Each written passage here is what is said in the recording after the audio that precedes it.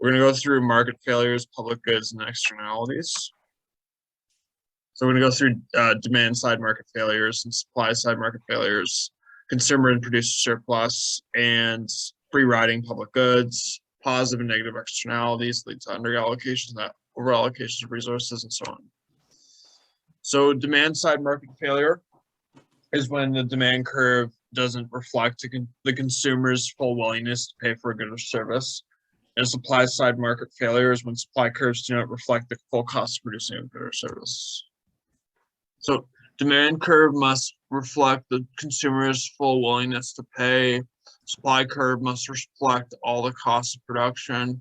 Benefit surpluses are maximized for consumers and producers. So that's an efficient market. And then a consumer surplus is the difference between what a consumer can pay for a product and what the consumer actually pays. And then you get more benefit from paying less than the maximum price. So here, like if they, their maximum price is this and their actual price is this. So we just subtract them to figure out what their consumer surplus is. So this is the amount of value they get out of the product over and above what they pay for it.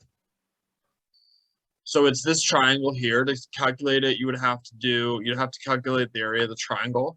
So you would just calculate the area of the triangle, and then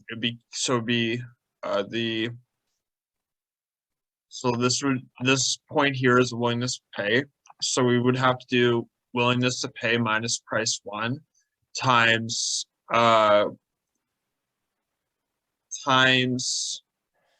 Q1 minus 0, and then times half to get the consumer surplus. So that's how you get the consumer surplus there. And then the producer surplus is the difference between what the actual price the producer receives is and the minimum price they would accept. And then there's an extra benefit from receiving a higher price. So it's the difference between the actual price and the minimum acceptable price. So you subtract them. And then it's the amount of value that the producer gets for selling a product. So to get producer surplus here, you got to do so P1 minus 0 times Q1 minus 0 times half to get producer surplus. Yeah, so you got to just figure out the area of this triangle. That's the producer surplus. And then to get the total surplus, you have to just find the area of this entire triangle. So you just do so this here on the top would be W willingness to pay. This would be 0. And then to calculate it, you do willingness to pay minus 0 times Q1 minus 0 times half. Yeah, to get the total surplus.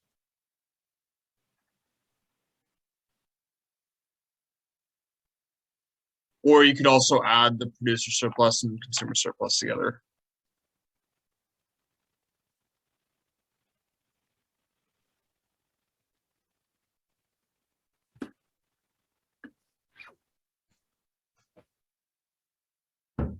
And here is the efficiency loss from underproduction. So this is when you produce when you don't produce enough.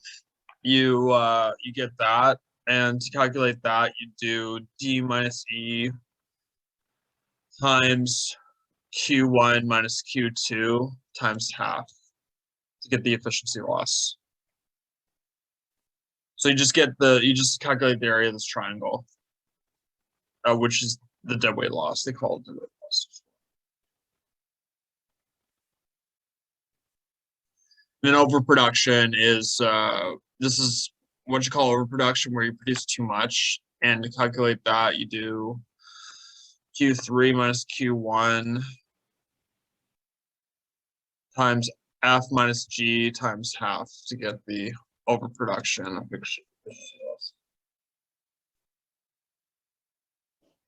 I'm just gonna give me 1 second.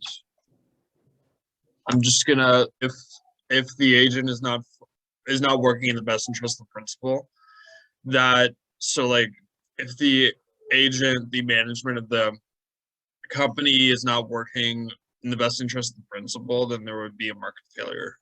And that would cause a lot of deadweight loss if it's underproduction or overproduction. So that's a challenge that happens in this here. So private goods are produced in the market by firms, offered for sale, and they're rival and excludable. Public goods are provided by the government. They're offered for free. They're non-rival and non-excludable. However, they have a free rider problem. The free rider problem is when people don't pay their share and they still use the goods. So like if somebody doesn't pay taxes, they still get the benefits of national defense. So like our military protecting us from threats across the globe, everyone gets benefit from that, even non-taxpayers. So that's what you call a free rider problem. So I'm going to ask the class, what other things would people benefit from that don't pay taxes, that that are paid from taxes, but everyone has access to them.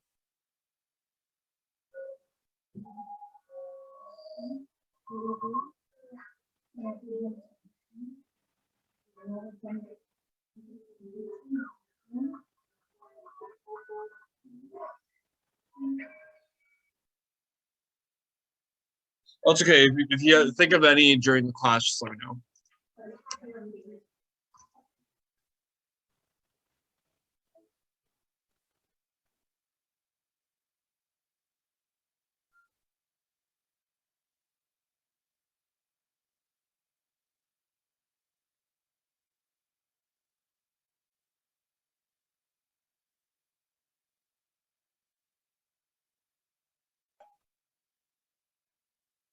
So willingness to pay, you can add it up across people. So each person, Adams and Benson,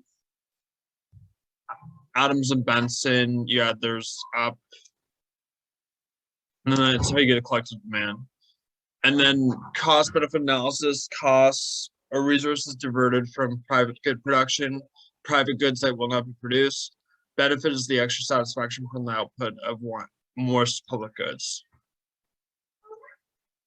So yeah, like you want to ideally make choices. Ideally you want to make choices where marginal benefit is equal to marginal cost, because that's most efficient. And also where net benefit is highest. So like you want total benefit minus total cost to be highest. So that's ideal. So in this case, so it's highest when net benefit is 5, and that's when total benefit minus total cost is 5. And then marginal benefit and marginal costs are almost equal. So you want to have 4-lane highways. That's the most ideal one, because you get the highest net benefit in that case. So 4-lane highways are most and are best, and you see that with the 401, the QEW. Yeah, you see that all the time.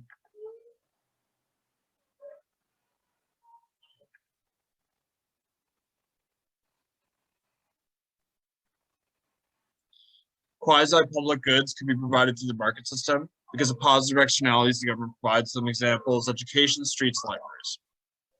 The reallocation process. Government taxes individual businesses, takes the money and spends on production of public goods. Externalities are cost or benefit accruing to a third party external to transactions. So positive externalities, too little is produced. Demand side market failures. Negative externalities, too much is produced. Supply side market failures.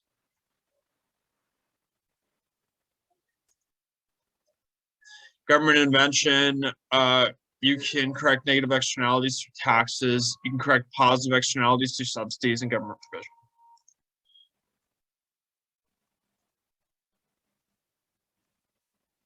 Negative externalities are overproduction of output and over-allocation. You can correct it through liability rules and lawsuits, tax and producers, direct controls, market for externality rights, private bargaining.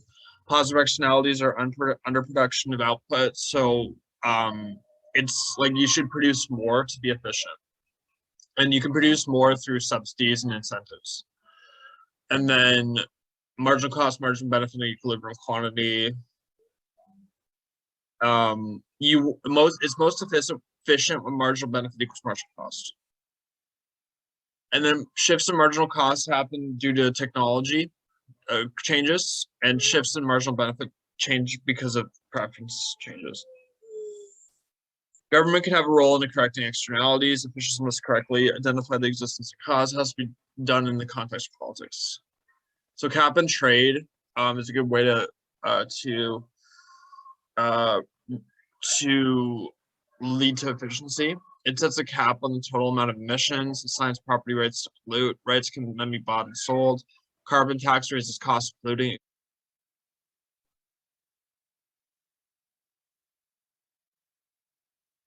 So asymmetric information is incomplete or inaccurate information for either buyers and sellers. So information is unequally available about price, quality, and other aspects of the service. And you need information. So everyone needs the same amount of information in both parties. So the problem with this is when it comes to insider trading with stocks, like everyone needs the same level of information when they trade stocks. Like if someone has more information than the other person, they're at an unfair advantage. That's why insider trading is legal. So the test will be about it'll be about 50 questions, and it'll be all multiple choice, and from chapters 1 to 3. Yeah.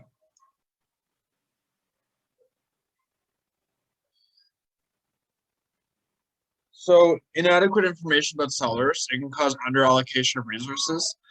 So there could be, so like if there's no system of weights and measures established by law, no government inspection of gasoline pumps, no law against false advertising, consumers would not buy gasoline as much, and this would cause underallocation of resources. No problem. Any other questions anybody has, just let me know about the test. So then licensing of surgeons, like if surgeons are not licensed, if there's no regulation on quality of surgeons, there will be a lot of underallocation of surgeons. People would not want medical care because there would be too much of a risk, and this would lead to an underallocation of surgery, which makes sense because I wouldn't want to go to a surgeon that's not qualified because I would probably die. So like people would not want to go because they would probably die. So there would be an underallocation.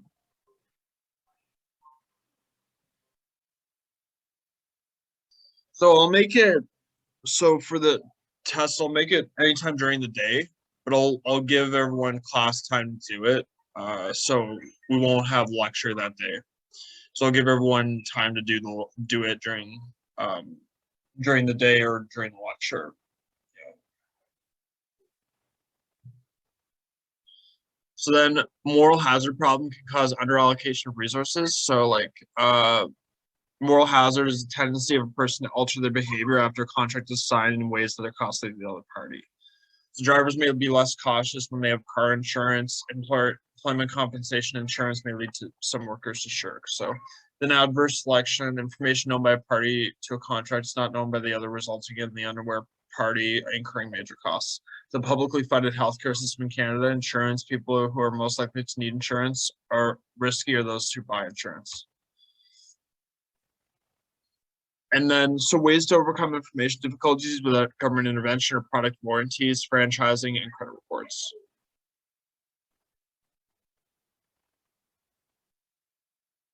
So which for what do you mean about repeating? What do you need me to repeat?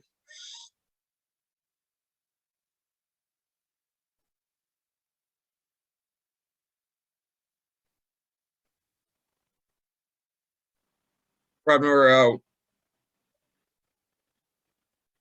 So the test one will be open full day, but I will give, so it'll be the whole day. So you'll have the whole day to write the test. Amazing stuff. So our next PowerPoint is government's role and government failure. So we're going to go through government's power to coerce and can be economically beneficial and list some of the difficulties associated with managing and directing government, and then government failure and explain what happens. So government's right to coerce. Government has a legal right to enforce involuntary transactions. So this can, so they can, so like, for example, with the 413, the Ford government wants to put through the 413 highway going through Caledon, also Halton Hills and Georgetown. So the Ford government wants to put that through, and the government has a legal right to enforce this. So they're going to basically seize properties around that area and give the owners money for it. And government's been doing it forever. It's like a normal course of action. So they are covered under eminent domain sometimes during these things, so they can basically take property, but they have to pay the owner like a fair fee. But yeah, governments have been doing it for years, and yeah, so this will increase economic efficiency. So the like this specifically, this highway may or may not, I'm not sure, but many projects that the government uses this to, like, it uses the coerce mechanism, leads to economic efficiency. Like, yeah, a lot of government projects, like subways, for example, do that. They increase economic efficiency. And then positive externalities can be provided more through incentives and subsidies. So this is what these let positive externalities happen more often. And then, like, negative externalities, if you want to get rid of negative externalities, you put taxes to get rid of negative externalities.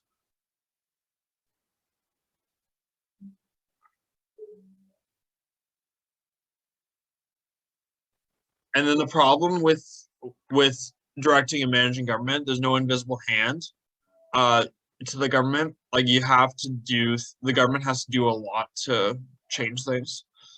And you need bureaucracy, you need paperwork and inflexibility. You need government to regulate.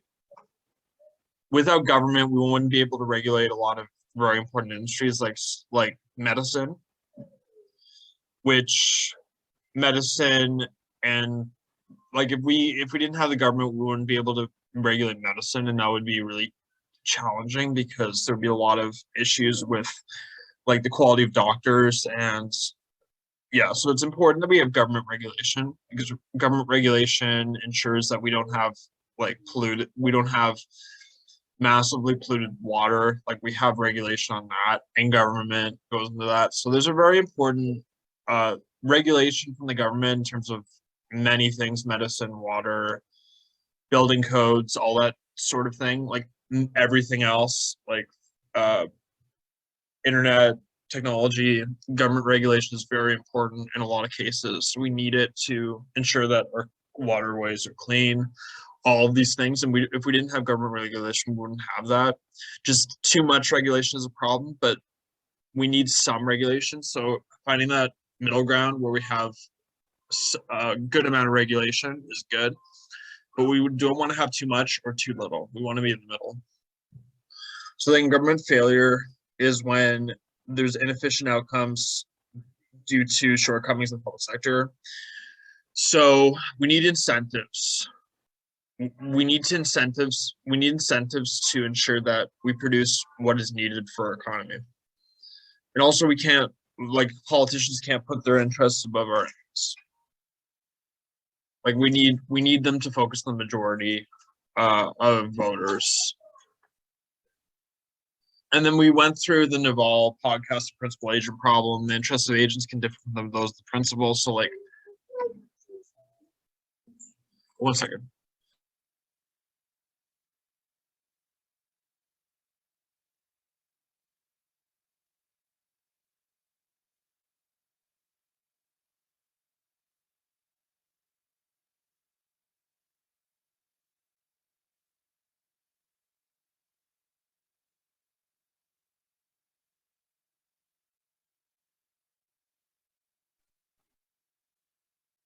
So yeah, with principal agent problem, interests of agents can differ from those of the principal. So in that case, the principal would be voters,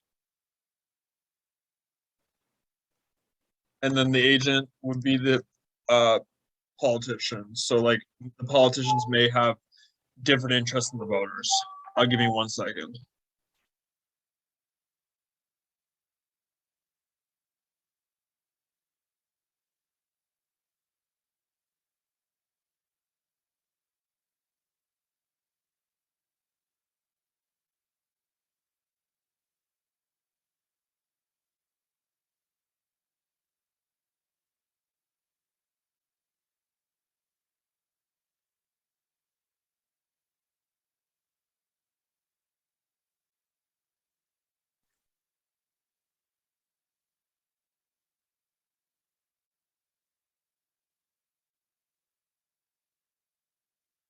Sorry about that, everybody. So then, special interest effect: a small group obtains large gains at the expense of a much larger group who individually suffer small losses. That happens too. Also, rent-seeking behavior: any payment in excess of the minimum needed to keep a resource employed in its current use. That happens too. Also, yeah. So chronic budget deficits are a problem. Like the government spends way too much money, and uh, they will never get out of debt. Misdirection of stabilization policy. Fiscal policies attempts to use changes in tax rates and spending levels to offset the business cycle. Monetary policy attempts to use changes in interest rates to regulate the economy. Politicization of fiscal and monetary policy. Central banks in charge of monetary policy. Bureaucracy and inefficiency. The Yeah, you need to balance regulation with deregulation. You need to ensure that there's enough regulation, but not too much regulation. And then also corruption is a problem. So like government bribery and also demanding bribes. That's a problem. So like Sierra Leone has the highest has the highest corruption barometer, and like over 80% bribery rate. And then Kenya's second, Uganda's third, then India, then South Africa.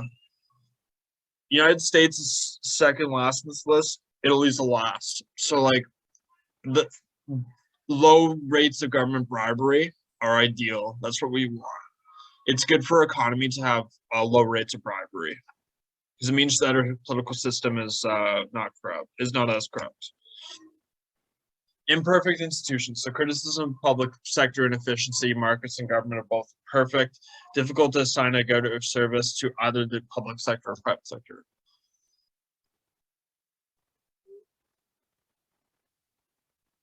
So Singapore has the best healthcare system, and it seems like they spend less on per person on healthcare than any other developed nation. And they do this through encouraging competition. Uh, Also, there's a high out-of-pocket cost for consumers, so it's mostly private healthcare, which is a problem. Like it's expensive, so like it's private healthcare, which can be a problem. Private healthcare, and then laws requiring people to save for future health expenditures. So the problem with this, it's private healthcare, and it's expensive. So like it's the best healthcare system. So Singapore is the best healthcare system.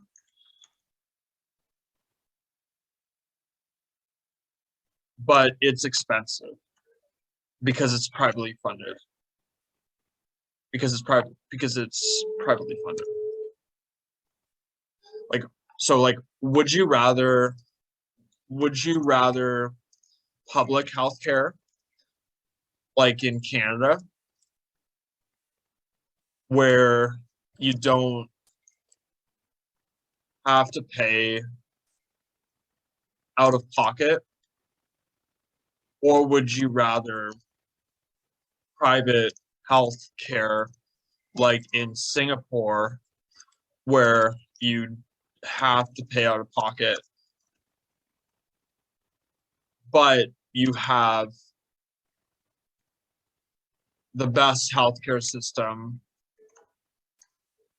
worldwide? So which one would you rather? Public healthcare or private healthcare? I'd rather public, to be honest. I'd rather public healthcare. I know it's not the best, but at least we don't pay out of pocket. Problem with Singapore is that only rich people will be able to pay for healthcare, which is a problem. Like, I'd rather have Canada, even though it's not the greatest. Like, I know that there's a lot of issues with the public healthcare system because it's underfunded, but at least you don't have to pay out of pocket. Like, I'd prefer that. That's just my opinion. So we're going to go through how information failures may justify government intervention in some markets. So public choice theory is the economic analysis of government decision-making, politics, and elections. Majority voting systems, difficult to correctly discern voter preferences. The government is not able to do what the voters want a lot of the time. And then majority voting determines what the size and scope of government involvement is in the economy. It determines preferences, and the results are imperfect. I find that in my experience, the system in Canada is first past the post, and it can be a problem. Like, I know that. Well, last class, which one would you prefer? Would you prefer first past the post or proportional representation? Which one would you prefer?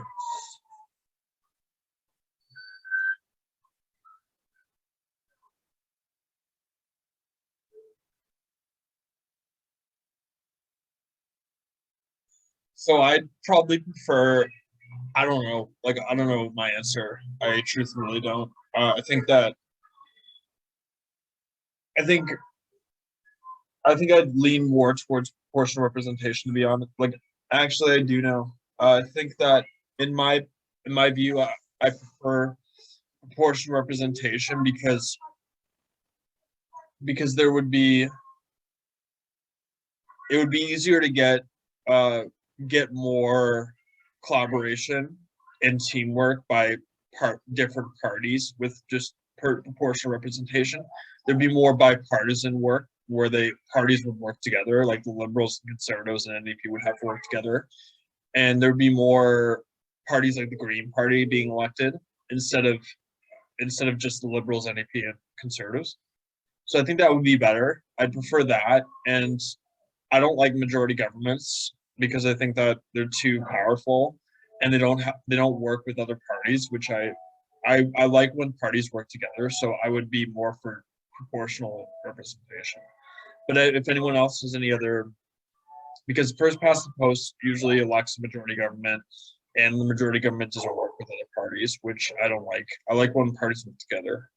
I'm a political independent, and I like when parties work together because I don't support any specific party. I just like when they all work together. I like when they have teamwork and they have collaboration. So so like that's basically it. So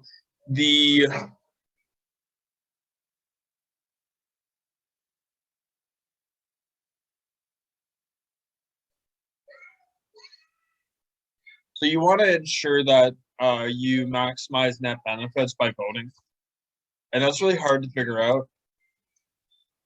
Yeah.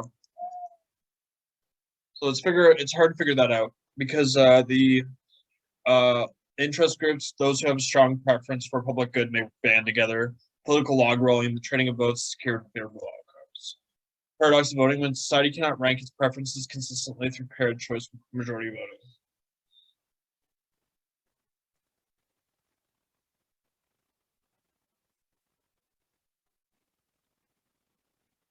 So these are basically the they did polling on this. The national defense would win versus roads. Roads would win versus weather warning systems. Weather warning systems would win